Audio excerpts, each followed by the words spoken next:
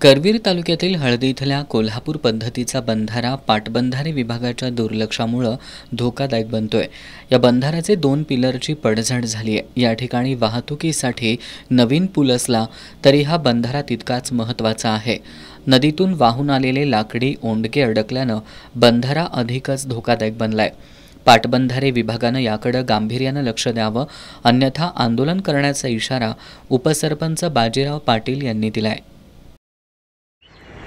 पाटबंधारे खात्याला बरेच वेळा तक्रार करून सुद्धा थोडक्यात डागडुजी करतात आणि इतकं मोठं हे आता ह्या अडीगला असताना सुद्धा त्यांचं दुर्लक्ष आहे। परवा नुसते इथूनले बर्गेच तेवढे काढून नेलेत आणि एवढे हे दिसत असताना सुद्धा तिने या पाटबंधारे खात्याने हे लाकडं वगैरे होंड उचलून नेले नाहीत। तरी मला त्यांना विनंती म्हणा किंवा त्यांच्यावर असा आरोप आहे की तिने हे लवकरात लवकर मार्गस्थ लावावं, नाहीतर आम्ही त्यांच्यावर काहीतरी आंदोलन करू, नाहीतर कारवाई करू।